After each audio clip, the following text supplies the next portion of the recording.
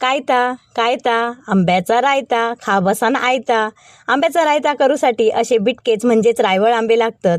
आंबे खायचे वसांदे खावच्या आधी अर्धो तास पाण्यात भिजत ठेवलास ना मगे भाजणत नाही। बिटके आंबे अर्धो तास पाण्यात भिजत ठेवून स्वच्छ धुवून घेतलंय, मगे त्याचे देठ कोचून टाकून साला काढून घेतले। तुमका होय तर आंबे उकडून घेऊ शकतास। मिक्सरच्या भांड्यात वाला खोबरा, 3 बेडगे मिरचे, 1 चमचो धणोय, 4 लसणीचे पाकळे, वायच हळद आणि पाणी घालून बारीक वाटून घेतले।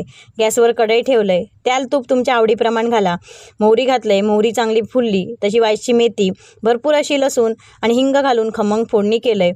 मग त्याच्यावर सोलून घेतलेले आंबे, वाटून घेतलेला वाटप, गरजेपुरता पाणी, चवीपुरता मीठ आणि आवडीप्रमाणे गूळ घालून झाकण ठेवून बारीक गॅसवर 15 मिनिटं शिजवून घेतले। 15 मिनिटांनी झाकण काढले। मस्तपैकी तिखट आंबट गोड असा रायता तयार झाला।